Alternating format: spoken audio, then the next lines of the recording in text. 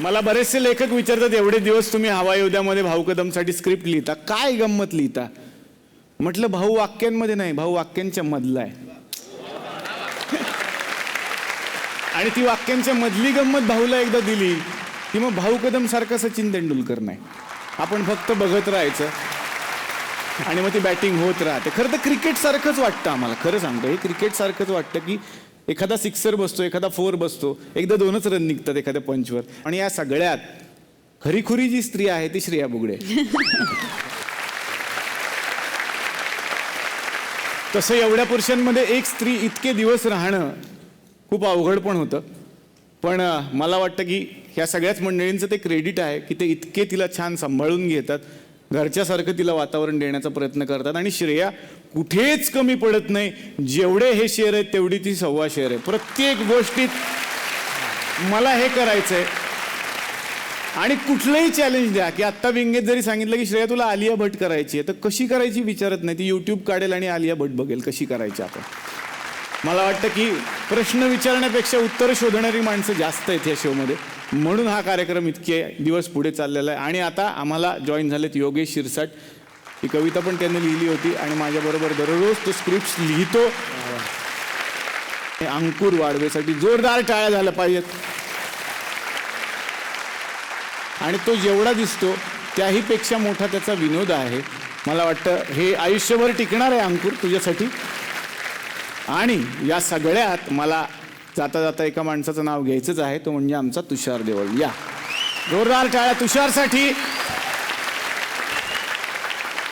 तुषार देओल फक्त म्युझिक करतो का हा प्रश्नच आहे.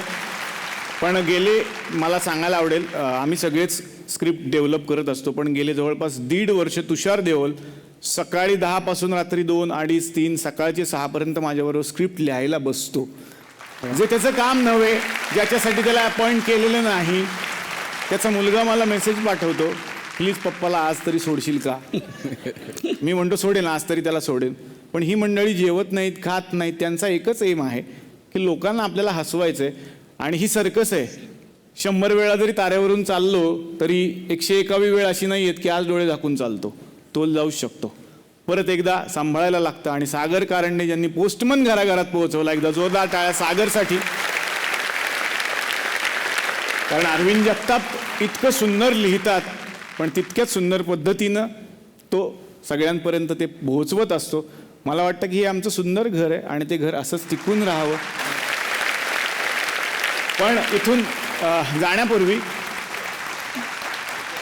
इथून यांना विंगेत एक्झिट देण्यापूर्वी मला वाटतं हे जे आनंद शिंदे आज इथे आलेले आहेत त्यांना बघण्यासाठी इकडे ओरिजिनल पण आलेले आहेत. जर आम्ही त्यांना वरती आमंत्रित करतो. सरांसाठी जोरदार टाळ्या.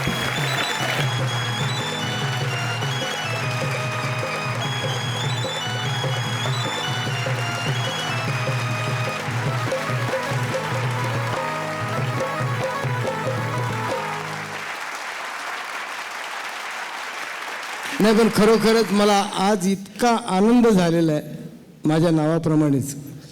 वा. कारण की मीही कुठेतरी या लायक आहे का, आज मला कळलं की माझ्यावरही माणसं हसू शकतात. आणि मी स्वतःवरती हसलेलो. वा वा वा वा. ज्या वेळेला मी भाऊंना बाहेर येताना बघितलं, अरे म्हटलं खरोखरच आनंद शिंदे, मी खास तुमच्यासाठी आज, मी खालून तर शिट्टी वाजवली पण आज तुमच्यासाठी इथं वाजली.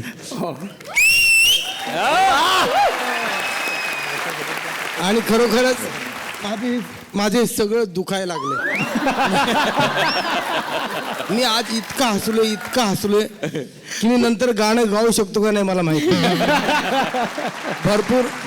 आणि खरोखरच मी जर या ठिकाणी आलो नसतो तर मला वाटतं की मी भरपूर काही मिस केलं असतं.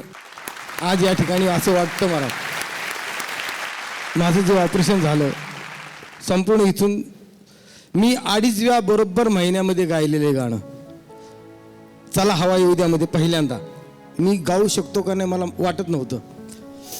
पण ज्या वेळेला मी डॉक्टरांना सांगितलं की बाबा माझ्या जर आवाजाला काय होत असेल तर मला जगून फायदा नाही, कारण जर माझा आवाज गेला तर मी जगून सुद्धा मेल्यासारखं राहील. आणि जर माझ्या आवाजाला काय होणार नसेल तर माझं लवकर ऑपरेशन करा, पैशाची चिंता करू नका. आणि खरोखरच डॉक्टर भट्टाचार्य यांनी मला सांगितलं की ज्या वेळेला माझं ऑपरेशन झालं दुसऱ्या दिवशी मला शुद्ध आली, संपूर्ण तोंडात नळी, नाकात नळी, सगळीकडे नळ्या. म्हटलं काय खरं नाही आनंद शिंदे, संपला आनंद शिंदे. पण ज्या वेळेला एक एक नळी निघत गेली आणि 2 दिवसांनी मला सांगितलं त्यांनी, तोंडातली नळी काढल्यानंतर, तुम्हारे आवाज को कुछ हुआ क्या, जरा देखो. म्हणलं ठीक आहे, तुम गाओ. त्या दिवसापासून मी गायला लागलो हळूहळू. एवढं मोठं मी ऑपरेशन सहन करू कसा शकलो हे तुमच्या आशीर्वादानं घडलं, एवढंच म्हणेन.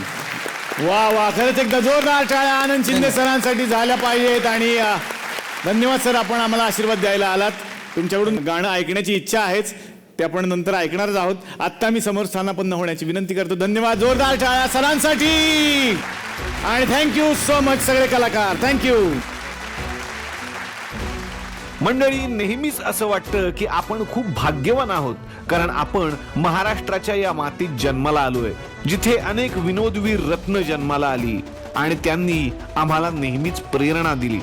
असंच एक हास्य सम्राट व्यक्तिमत्व म्हणजेच सचिनजी पिळगावकर, ज्यांनी विनोदाची बनवाबनवी करत एकापेक्षा एक विनोदी चित्रपटांची निर्मिती केली. याच डान्सिंग सुपरस्टारला आमचा सलाम. तर मंडळी, आता या मंचावरती आपल्या सुरांचं तुफान आणण्यासाठी येत आहेत जोरदार टाळ्या गायक आनंद शिंदे यांच्यासाठी.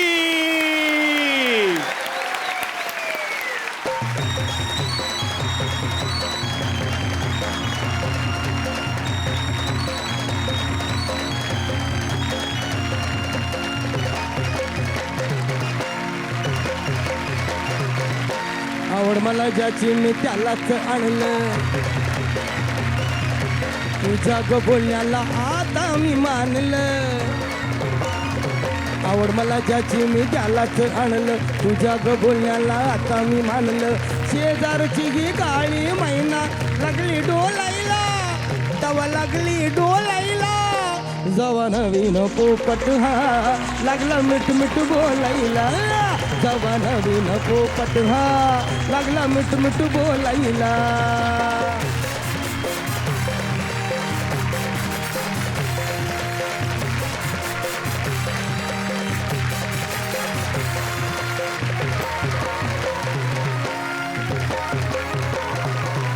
काही सांगू तुला या दोघांची गोष्ट,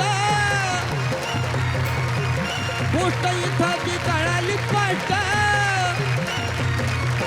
काही सांगू तुला या दोघांची गोष्ट, गोष्ट इथं ती कळाली पाट. पाहुण मोका महिन्याचा झोका रे, पाहुण मोका महिन्याचा झोका लागतोय जुलाईला, कसा लागतोय जुलाईला. जवा नवीन पोपट हा लागला मिठ मिठ बोलायला, जवा नवीन पोपट हा लागला मिठ मिठ बोलायला, जवा नवीन पोपट हा लागला मिठ मिठ बोलायला, जवा नवीन पोपट हा लागला मिठ मिठ बोलायला.